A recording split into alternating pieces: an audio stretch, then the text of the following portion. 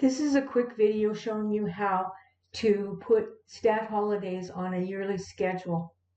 On this sheet 2, I have the list of stat holidays, and I have named this range holidays. And so there you have them. On the main sheet, what I have done is I have put in this formula.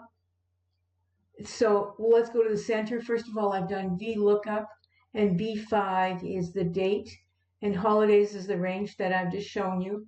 And I'd like to display the second column, which is the holidays day or title.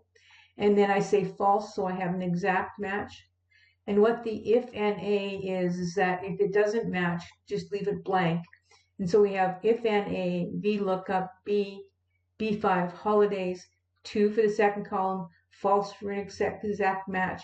And then we have the empty cell for when you have an NA. I will include the formula in the description of my video. Please subscribe.